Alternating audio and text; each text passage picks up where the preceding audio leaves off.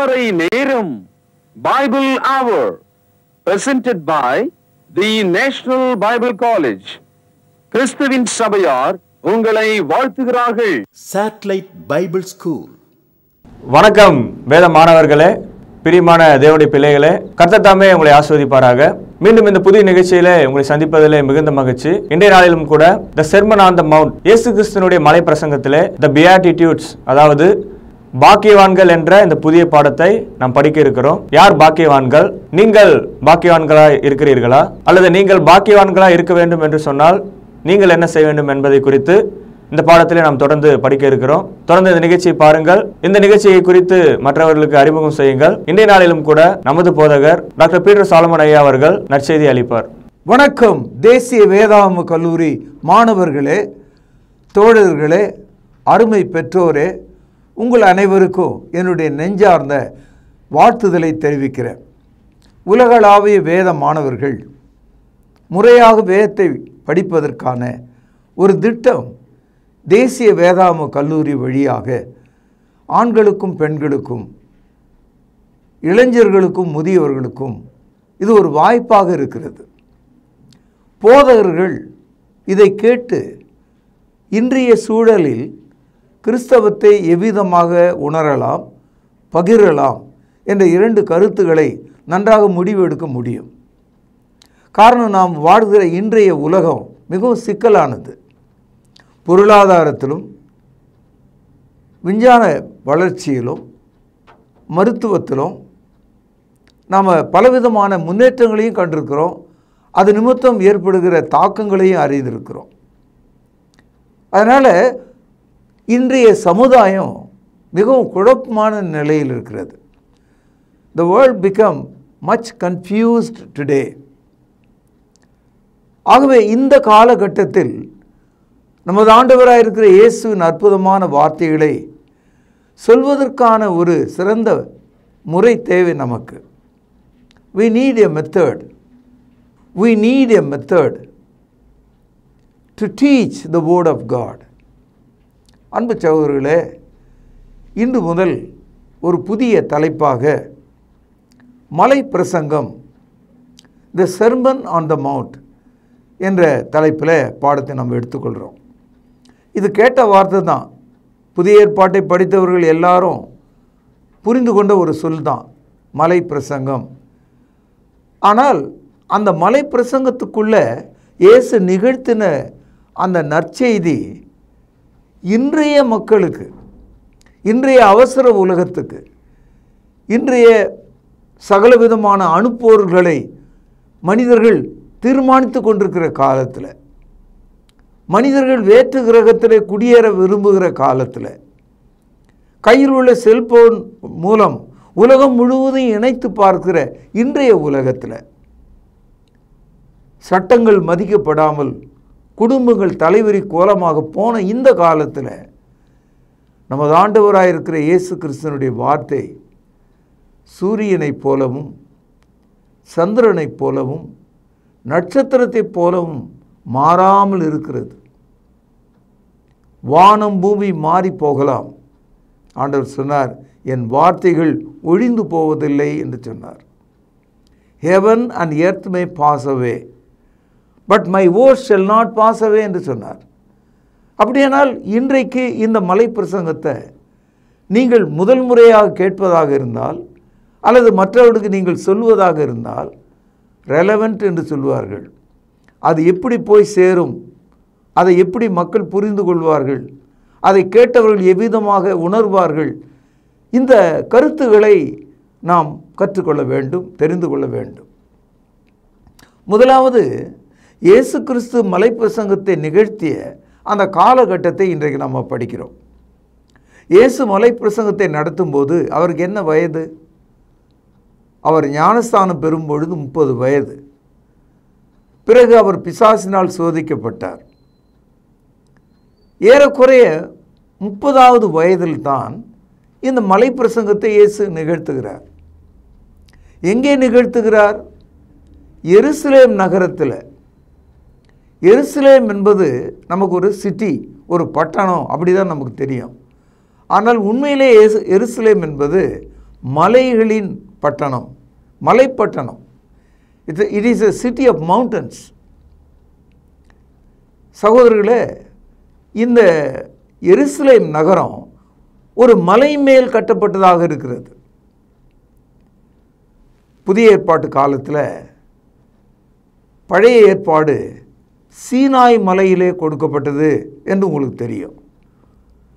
புதிய ஏற்பாடு எருசலேம் மலையின் மீது கொடுக்கப்பட்டது. ஆச்சரியமாக இருக்கும் உங்களுக்கு. அதான் உண்மை. கலாத்தியர் 4வது அதிகாரம் 24வது வசனம். இவைகள் ஞான அர்த்தமுள்ளவைகள். அந்த ஸ்திரீகள் 2 ஏற்பாடுகளாம். ஒன்று சீனாய் மலையிலே உண்டான ஏற்பாடு, அது அடிமைத்தனத்துக்குள்ளாக்கப்பட்டு பிள்ளை பெறுகிறது, அது ஆகார் என்பவள் தானே. 26வது வசனம். மேலான எருசலேமோ சுவாதீனமானவள், அவளே நம்முடைய எல்லாருக்கும் தாயானவள். 28வது வசனம். சகோதரரே, நாம் ஈசாக்கை போல வாக்குத்தத்தத்து பிள்ளைகளாய் இருக்கிறோம். அன்பு சகோதரர்களே, இந்த பகுதி என்னத்தை காட்டுதுன்னா, பழைய ஏற்பாடு சீனாய் மலையில் மோசேயை கொண்டு கொடுக்கப்பட்டது. அதுக்கு ஒரு உதாரணம் சொல்கிறாரு. எப்படி ஆபிரகாமுக்கு ஆகார் வழியாக ஒரு இஸ்மவேல் பிறந்தார், அந்த அளவுக்கு தான் அந்த பழைய ஏற்பாடு. புதிய ஏற்பாடு நமது ஆண்டவராக இருக்கிற இயேசு கிறிஸ்துவின் மூலமாய் எருசலேம் மலையிலே கொடுக்கப்பட்டது. இந்த புதிய ஏற்பாடு எப்படி இருக்குதுன்னா, சாராள் மூலம் ஈசாக்கு பெற்றாள். அந்த ஈசாக்கை போல வாக்குத்தத்தத்தின் பிள்ளைகளை காட்டுகிறது. இது ஒரு உதாரணம் தான். ஆக பழைய ஏற்பாடு மோசேயின் மூலமாய் கொடுக்கப்பட்டது. புதிய ஏற்பாடு தேவனுடைய குமாரனாக இருக்கிற இயேசு கிறிஸ்துவின் மூலமாய் கொடுக்கப்பட்டது. பழைய ஏற்பாடு அடிமையாகிய ஆகாரின் பிள்ளையை போல இருக்கிறது. புதிய ஏற்பாடு சாராளின் பிள்ளையை போல, ஈசாக்கை போல சுவாதீனத்துக்குரியதாக இருக்கிறது. விளங்குச்சா? இப்பொழுது உங்களுடைய உள்ளத்தில் இந்த பைபிளை கையில் தூக்கும்போது பழைய ஏற்பாட்டின் பக்கங்களும் புதிய ஏற்பாட்டின் பக்கங்களும் எவ்வளோ வித்தியாசமானவைகள் என்பதை நீங்கள் புரிந்து கொள்ள முடியும். எபிரேயர் 3வது அதிகாரம் 5வது வசனம். சொல்லப்படுகிற காரியங்களுக்கு சாட்சியாக மோசே பணிவிடைக்காரனாய் அவருடைய வீட்டிலே உண்மை உள்ளவனாய் இருந்தான். பழைய ஏற்பாட்டை குறித்து பேசும்போது அதை வாங்கி தந்த மோசேயை வேலைக்காரன், அதே அர்த்தத்தில் இங்கிலீஷில் சர்வெண்ட், இந்த இடத்துல உண்மை உள்ள ஊழியக்காரன் என்று மொழிபெயர்க்கப்பட்டிருக்கு.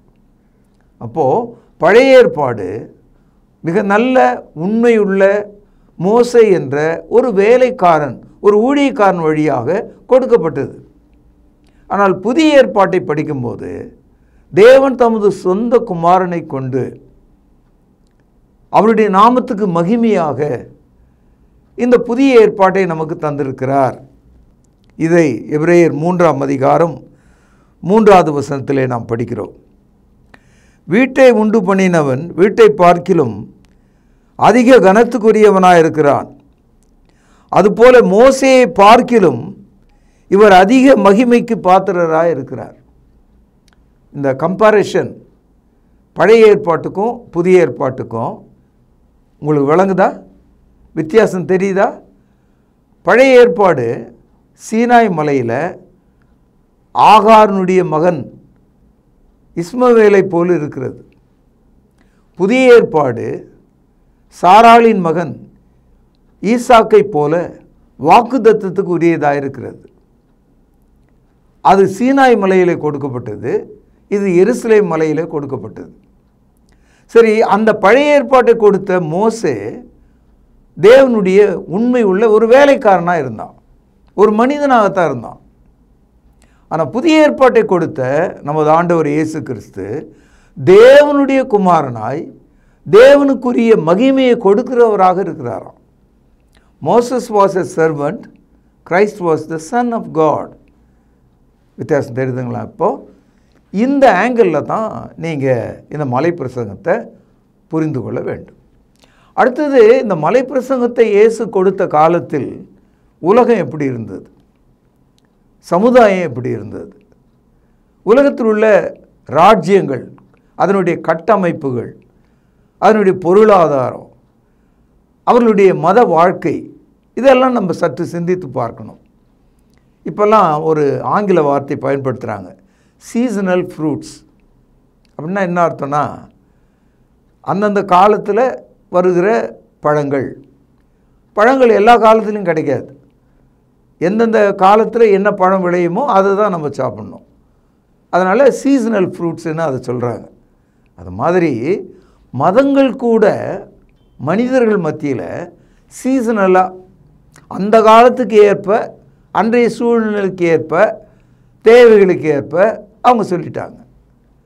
அப்படி தான் இயேசு கிறிஸ்து 2000 ஆண்டுகளுக்கு முன்னால் பிறந்தபோது அன்றைக்கு இருந்த உலகத்தை பார்க்க வேண்டும். நண்பர்களே, மாணவர்களே, போதகர்களே, இயேசு கிறிஸ்து பிறந்து மலைப்பிரசங்கத்தை செய்த அதே காலகட்டத்தில் எகிப்து எப்படி இருந்தது சிந்தித்து பாருங்கள். இயேசு கிறிஸ்து பிறப்பதற்கு 1500 ஆண்டுகளுக்கு முன்பாகவே எகிப்தில் எழுதவும் படிக்கவும், பிரமிடுகளை கட்டவும், அணைகளை கட்டவும், போர்களை செய்வதற்கு சிறந்த கருவிகளை உருவாக்கவும் அவர்கள் அறிந்திருந்தார்கள். சிறந்த மருத்துவம் இருந்தது. அப்படி இயேசு கிறிஸ்து பிறப்பதற்கு ஒரு 500 ஆண்டுகள் கொஞ்சம் முன்னால் போனீங்கன்னா கிரேக்க நாகரிகத்தை பாருங்கள், அவங்களுடைய கட்டடக்கலைகளை பாருங்கள், அவங்களுடைய சிந்தனையை பாருங்கள், அவங்களுடைய அறிவை பாருங்கள். அக்காலத்தில் சாக்ரட்டிஸ் இருந்தார், ப்ளூட்டா இருந்தார். கிரேக்க நாகரிகம் உயரமான தூண்களை அமைத்து அவர்கள் கட்டடக்கலையில் வல்லுநராக இருந்தாங்க. அப்படியே கிழக்கு பகுதிக்கு நாம் வந்தோம்னா சீனா நாகரிகத்தில், இந்தியா எவ்வளோ பெரிய நாகரிகத்தில் இருந்தது என்பதை நீங்கள் புரிஞ்சிக்க முடியும். இந்தியாவில் புத்தர் இருக்கிறார், இயேசு கிறிஸ்து பிறப்பதுக்கு 500 ஆண்டுகளுக்கு முன்னால். அந்த வாழ்க்கை ஒன்றுமில்லை, இது ஒரு சூனியம், ஆசையை வெறுத்து விடு, அதுதான் நியாயம், தர்மம் தான் வாழ்க்கை, இப்படிப்பட்ட சிந்தனைகளை எல்லாம் புத்தர் சொல்லி கொண்டிருக்கிறார். புத்தருக்கு பின்னாலே அசோகர் இந்த நாட்டை ஆண்டு கொண்டிருக்கிறார். இயேசு கிறிஸ்து வாழ்ந்த காலத்தில் தமிழர்களாகி நமக்கு தமிழில் எத்தனை இலக்கியங்கள் உருவாயிருந்தது. வரலாற்றுப்படி நீங்கள் பார்த்தால் திருக்குறள் இருக்கிறது, ஔவையார் இருக்கிறார்கள். சகோதரர், இதெல்லாம் நம்ம பார்க்கும்போது உலகம் எப்படி இருந்தது என்பதை 2000 ஆண்டுகள் முன்னால் நாம் பார்க்கிறோம். இந்த காலகட்டத்தில் எப்படி நம்முடைய முழு உடலுக்கும் தொப்புள் என்று சொல்லக்கூடிய மையப்பகுதி இருக்கிறதோ அவ்விதமாக விரிந்திருக்கிற இந்த உலகத்தின் மையப்பொருளாக எருசலேம் இருக்கிறது. அங்கே தேவனுடைய குமாரன் இந்த மலை பிரசங்கத்தை செய்கிறார். ஏன் இதை மலை பிரசங்கம் என்று சொல்கிறார்கள்? Why they call it Sermon on the Mount? Because Jesus did it on the mountain. மலையின் மீது இதை அவர் போதித்ததுனால அதை மலை பிரசங்கம் அப்படின்னு சொல்லிட்டாங்க. அன்பு சகோதரர்களே, புத்தரனுடைய சிறப்பான 10 கொள்கைகள் அப்படி நம்ம எடுத்துக்குவோம். ஔவையார் சொன்ன மூதுரைகள், வள்ளுவர் சொன்ன அற்புதமான வார்த்தைகள், செய்யுள்கள், ஈரடிகள் என்ன சொல்லிட்டே போகலாம். நீங்கள் புத்தர் சொன்னதாக இருந்தாலும், வள்ளுவர் பேசினதாக இருந்தாலும், ஔவையார் சொன்னதாக இருந்தாலும் நல்லா கவனித்து பாருங்கள். அதில் ஆசீர்வாதமும் தேவனுடைய ராஜ்யமும் இணைக்கப்படாமல் இருக்கும். ஆச்சரியமாக இருக்கும் உங்களுக்கு. அறம் செய்ய விரும்பு, ஆறுவது சினம், எவ்வளோ அற்புதமான வார்த்தை. நீதி செய்ய விரும்பு, நீதியாய் நட, அறம் என்பது நீதி, ஒழுக்கமாக வாழு, இவ்வளோதான் அந்த வார்த்தை. ஆனால் அறம் செய்கிறவன் பாக்கியவான், அவன் பரலோகத்துக்கு போவான் என்ற ஒரு வாக்குத்தத்தம் அங்கே இல்லை. நான் சொல்கிறது விளங்குச்சா உங்களுக்கு? ஆக எல்லா மதங்களிலும் அற்புதமான பொன்மொழிகள் இருக்கிறது. ஆனால் எந்த ஒரு பொன்மொழியிலும் மனிதனுக்கு ஆசீர்வாதமும் மனிதனுடைய அடுத்த வாழ்க்கையாகிய பரலோகமும் இணைத்து சொல்லப்படவில்லை. புரிஞ்சுதா உங்களுக்கு? மலை பிரசங்கம் இதனால்தான் இந்த இலக்கியத்திலிருந்து, இந்த தத்துவங்களிலிருந்து, இந்த போதனைகளிலிருந்து, இந்த சடங்குகளிலிருந்து, இந்த கொள்கைகளிலிருந்து வேறுபட்டதாக இருக்கிறது. உபாகமம் 18வது அதிகாரம் 18-19 வசனங்கள். இந்த வசனங்கள் பழைய ஏற்பாட்டை சீனாய் மலையில் பெற்று தந்த மோசே தன்னுடைய அந்திம காலத்தில் சொல்கிறார். அவருடைய மரணத்துக்கு முன்னால் சொல்கிறாரு. பக்கம் 247 18வது வசனம். உன்னை போல ஒரு தீர்க்கதரிசியை நான் அவர்களுக்கு அவர்கள் கோத்திரத்திலிருந்து எழும்ப பண்ணி என் வார்த்தைகளை அவர் வாயில் அருளுவேன். நான் அவருக்கு கற்பிப்பதையெல்லாம் அவர் உங்களுக்கு சொல்லுவார். என் நாமத்தினாலே அவர் சொல்லும் என் வார்த்தைகளுக்கு செவி கொடாதவன் எவனோ அவனை நான் விசாரிப்பேன். சகோதரர்களே, இந்த தீர்க்க தரிசனம் இயேசுவை பற்றியது. இயேசு கிறிஸ்து இஸ்ரவேல் கோத்திரத்தில் யூத மக்கள் மத்தியில் பிறந்தார். மோசே என்ன சொல்கிறார்? நான் ஒரு பெரும் தீர்க்கதரிசியை எழுப்புகிறேன் என்று தீர்க்க தரிசனமாக சொல்லப்பட்டது. மோசே இந்த தீர்க்க தரிசனத்தை சொல்லும்போது இயேசு கிறிஸ்து பிறக்கவில்லை. ஏறக்குறைய 1500 ஆண்டுகளுக்கு பிறகு இந்த தீர்க்க தரிசனம் நிறைவேறுகிறது. ஆகவே தான் இந்த தீர்க்கதரிசி என்று சொல்லப்பட்ட இயேசு கிறிஸ்து உலகத்தினுடைய நியாயாதிபதியாக இருக்கிறார். அவருடைய வார்த்தையின்படி நடவாதவர்களை நியாயம் விசாரிக்கக்கூடியவராக இருக்கிறார். இப்பொழுது அப்போஸ்தலர் நடபடிகள் 3வது அதிகாரம் 21, 22, 23 வசனங்கள். புதிய ஏற்பாட்டில் 164வது பக்கம். உலக தோற்றம் முதல் தேவன் தம்முடைய பரிசுத்த தீர்க்கதரிசிகளை எல்லாருடைய வாக்கினாலும் உரைத்தவைகள், நல்ல கவனிங்க, எல்லாம் நிறைவேறி தீரும் மட்டும் பரலோகம் அவரை ஏற்றுக்கொள்ள வேண்டும். கவனிங்க, மோசே பிதாக்களை நோக்கி, உங்கள் தேவனாகிய கர்த்தர் என்னைப் போல ஒரு தீர்க்கதரிசியை உங்களுக்காக உங்கள் சகோதரரிலிருந்து எழும்ப பண்ணுவார். அவர் உங்களுக்கு சொல்லும் எல்லாவற்றிலும் அவருக்கு செவி கொடுப்பீர்களாக. அந்த தீர்க்கதரிசியின் சொற்கேளாதவன் எவனோ அவன் ஜனத்தில் இராதபடிக்கு நிர்மூலமாக்கப்படுவான். பரிசுத்த ஆவியானவர் புதிய ஏற்பாட்டில் சபையானது எருசலேமில் துவங்கப்பட்ட அந்த காலகட்டத்தில் அப்போஸ்தலர்கள் உபாகமம் 18வது அதிகாரம் 18-19 வசனத்தை மேற்கோளாக எடுத்து இங்கே காண்பிக்கிறாங்க. அந்த தீர்க்க தரிசனத்தின்படி இயேசுதான் அந்த புதிய ஏற்பாட்டில் சொல்லப்பட்ட தீர்க்கதரிசி, அந்த தேவனுடைய குமாரன். அவருடைய வார்த்தைக்கு செவி கொடாதவன் ஜனத்தில் இராதபடிக்கு நிர்மூலமாக்கப்படுவான். ஏன் இதை மறந்து விட்டீர்கள் என்று பேதுரு அன்றைய யூதர்களை பார்த்து கேட்கிறார். ஆக உபாகமம் 18-19 சொல்லப்பட்ட வசனம் புதிய ஏற்பாட்டில் நிறைவேறுகிறது என்று காண்பிக்கப்பட்டிருக்கு. அதனால் பழைய ஏற்பாடு மோசேயால் கொடுக்கப்பட்டது, புதிய ஏற்பாடு இயேசு கிறிஸ்துவால் நமக்கு கொடுக்கப்பட்டது. இப்போ உங்களுக்கு ஒரு பேசிக்காக, ஒரு அடிப்படையில் ஒரு அண்டர்ஸ்டாண்டிங், ஒரு புரிதல் உங்களுக்கு ஏற்பட்டிருக்கும் என்று நான் நம்புகிறேன். யோவான் எழுதிய சுவிசேஷம் 5வது அதிகாரம் 23வது வசனம். குமாரனை கனம் பண்ணாதவன் அவரை அனுப்பின பிதாவையும் கனம் பண்ணாதவனாயிருக்கிறான். ஆக புதிய ஏற்பாட்டுக்குள்ளே நாம் வரும்போது ஒரு சத்தியத்தை தெரிந்து கொள்கிறோம்.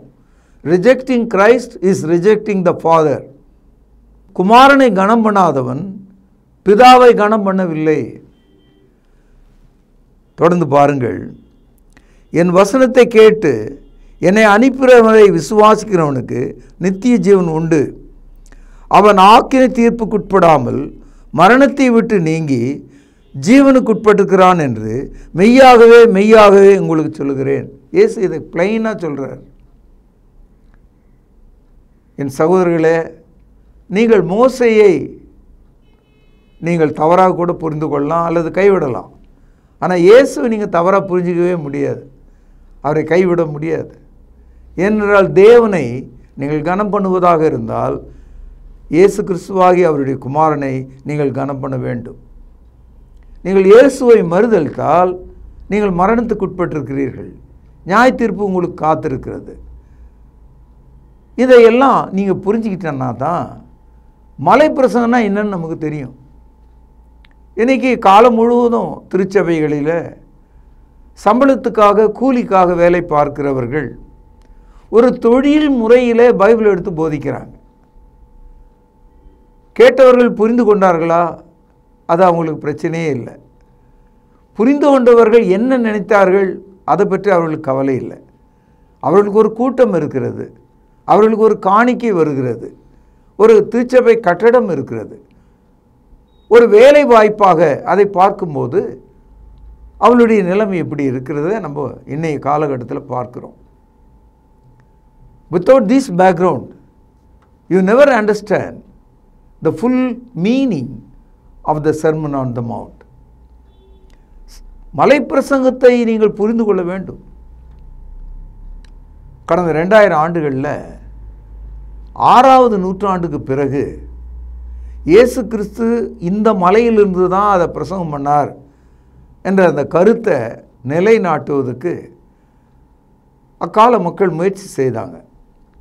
குறிப்பாக கத்தோலிக்க சபை அந்த மலைக்கு ஒரு பேர் வைக்கலாம் அப்படின்னு அவங்க ஆசைப்பட்டாங்க. இன்றைக்கி நீங்கள் எருசலேமுக்கு போனீங்கன்னா த செர்மன் ஆன் த பியாட்டிடியூட், பியாட்டிடியூடுன்றது அந்த மலைக்கு ஒரு பேராகவே வச்சுட்டாங்க.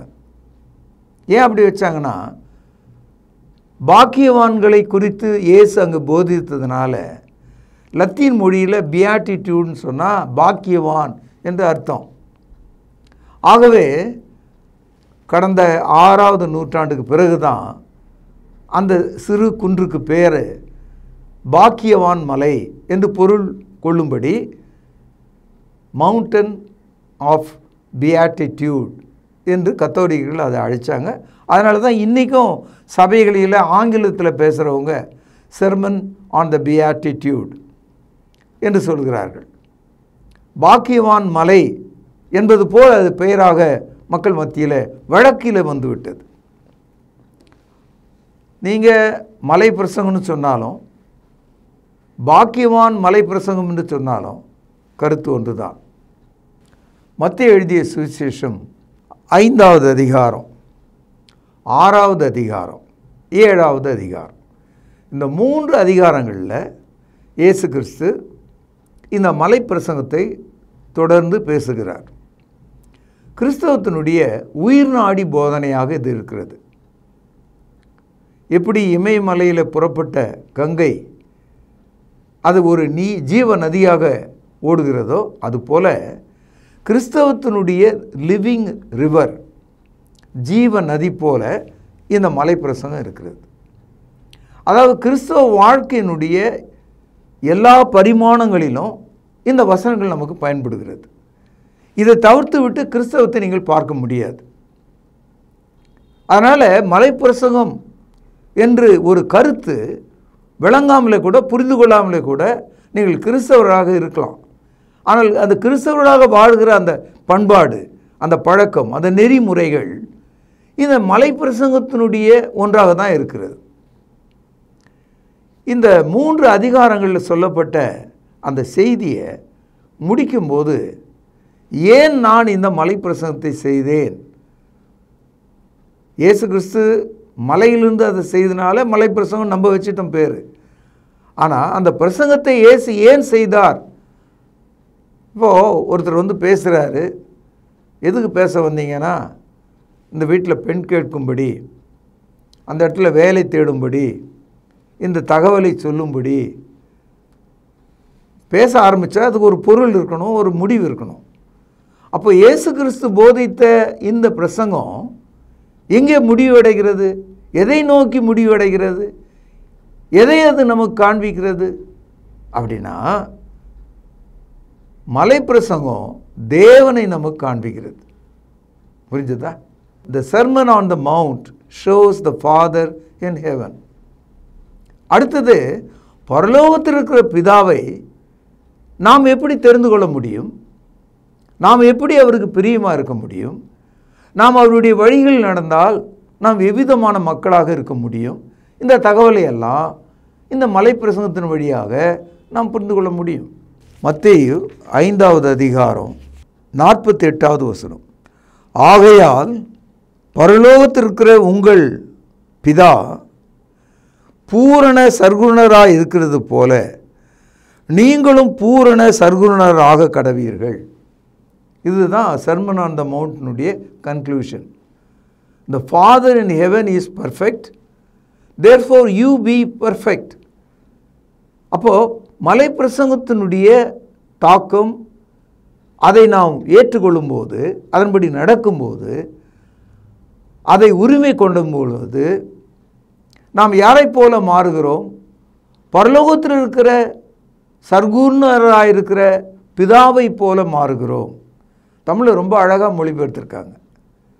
இந்த பர்ஃபெக்ட் என்ற ஒரு சொல்லுக்கு கூட பூரண சர்க்குணர் என்ற வார்த்தை பயன்படுத்துகிறாங்க. சர்க்குணம் அப்படின்னா உலகத்தில் 8 திசைகள் இருக்கு. எல்லா திசைகளுக்கும் பொருத்தமானவராக கடவுள் இருக்கிறார். அவர் எப்படிப்பட்டவராக இருக்கிறார்? பூரணமுடையவராக இருக்கிறார். Is a perfect one. தேவன் பூரணமாய் இருக்கிறார். சகோதரர்களே, இது விளங்குச்சா உங்களுக்கு? அப்போது மலைப்பிரசங்கத்தை கேட்டு அதன்படி நடந்தால் ஒரு ஊமையாக சொல்கிறார், நீங்கள் யாரை போல மாறுவீர்கள்? பரலோகத்தில் இருக்கிற பிதாவை போல பூரண சர்க்குணராவீர்கள். இதுதான் அதனுடைய கன்க்ளூஷன். இதே கருத்தை பவுலடியார் ரோமருக்கு எழுதிய நிருபத்தில் உடைச்சி ரொம்ப சிம்பிளாக சொல்கிறார். ரோமருக்கு எழுதிய நிருபம் 8வது அதிகாரம் 29-30 வசனங்கள். தம்முடைய குமாரன் அநேக சகோதரர்களுக்குள்ளே முதற்பேரானவராய் இருக்கும் பொருட்டு தேவன் எவர்களை முன்னறிந்தாரோ, கவனியுங்கள், அவர்களை தமது குமாரனுடைய சாயலுக்கு ஒப்பாயிருப்பதற்கு முன்குறித்திருக்கிறார். எவர்களை முன்குறித்தாரோ அவர்களை அழைத்திருக்கிறார். எவர்களை அழைத்தாரோ அவர்களை நீதிமான்களாக்கி இருக்கிறார். எவர்களை நீதிமான்களாக்கினாரோ அவர்களை மகிமைப்படுத்தி இருக்கிறார். இந்த வசனத்தில், இந்த 29ஆம் வசனத்தில் ஒருவன் கிறிஸ்தவனாக மலைப்பிரசங்கத்தின்படி வாழ்கிறவனாக மாறும்போது அவன் யாரை போல் இருக்கிறான்? தேவனுடைய குமாரனாக இருக்கிற இயேசுவை போல இருக்கிறான். குமாரனுடைய சாயலுக்கு ஒப்பாக இருக்கும்படி உங்களையும் என்னையும் தேவன் முன்குறித்திருக்கிறாராம். எவர்களை முன்குறித்தாரோ அவர்களை அழைத்திருக்கிறாராம். எவர்களை அழைத்தாரோ அவர்களை நீதிமானாக்கி இருக்கிறாராம். எவர்களை நீதிமானாக்கினாரோ அவர்களை மகிமைப்படுத்துகிறாராம். These are the result of the Sermon on the Mount. அப்போது மலைப்பிரசங்கத்தினுடைய முடிவுரை எங்கே போய் முடியுதுன்னா, பிதாவின் இடத்துல, பிதாவாகிய தேவன் இடத்துல. உங்கள் பிதாவாகிய தேவன் பூரண சர்க்குணராக இருக்கிறது போல நீங்களும் சர்க்குணராயிருங்கள். மத்தேயு 5:48. அந்த சர்க்குணராக இருக்கிற மனிதன் எப்படி இருக்கிறான்? ரோமர் 8:29 தமது குமாரனுடைய சாயலுக்கு ஒப்பாக இருப்பதற்கு உங்களை அவர் முன்குறித்திருக்கிறார்.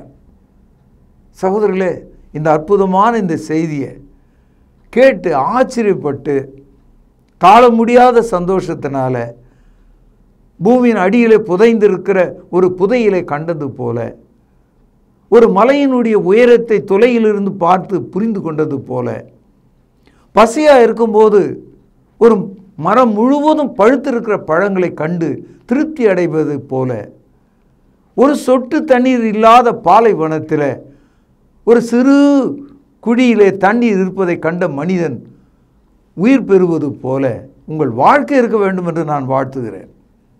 இதை கேட்டுக்கொண்டிருக்கிற போதகர்கள், திருச்சபை மக்கள் மீண்டும் உங்கள் கவனத்தை திருப்பும்படியாக இன்றைய உலகத்துக்கும் உங்களுக்கும் தேவையான ஆசீர்வாதங்களை இந்த மலைப்பிரசங்கத்தின் வழியாக பெற்றுக்கொள்ளும்படி உங்களை ஆசீர்வதித்து இன்றைய செய்தியை நான் இங்கே நிறைவு செய்கிறேன். நாளை இதனுடைய தொடர்ச்சியை நாம் கேட்கலாம். பிரார்த்தனை செய்வோம். அன்பான தகப்பனே, எங்கள் ஆண்டவர் இயேசு கிறிஸ்து அற்புதமாக மொழிந்த இந்த மலை பிரசங்கத்தின் ஜீவனை நாங்கள் அடையும்படி பரலோகத்தில் இருக்கிற பிதா பூரண சர்க்குணராக இருக்கிறது போல மேலான வாழ்க்கையை எங்களுக்கு தரும்படியாக ஜெபிக்கிறேன். கேட்ட மக்களை ஆசீர்வதியும், ஆனந்த தைலத்தால் அவர்களை அபிஷேகம் பண்ணும். இயேசுவின் வல்லமையான நாமத்தில் இவைகளை கேட்கிறேன் ஜீவனுள்ள எங்கள் பிதாவே, ஆமென். தொடர்பு கொள்ள வேண்டிய முகவரி: திருமறை நேரம், 58 சர்ச் தெரு, குமரன் நகர், சென்னை 6,82,000. தொலைபேசி எண் 044255008882. செல்போன் 9385500882. கர்த்தாவே, தேவர்களில் உமக்குப்பானவர் யார்? வானத்திலும் பூமியிலும் உமக்குப்பானவர் யார்? உமக்குப்பானவர் யார்? உமக்குப்பானவர் யார்? வானத்திலும் பூமியிலும் உமக்குப்பானவர் யார்? வானத்திலும் பூமியிலும் உமக்குப்பானவர் யார்?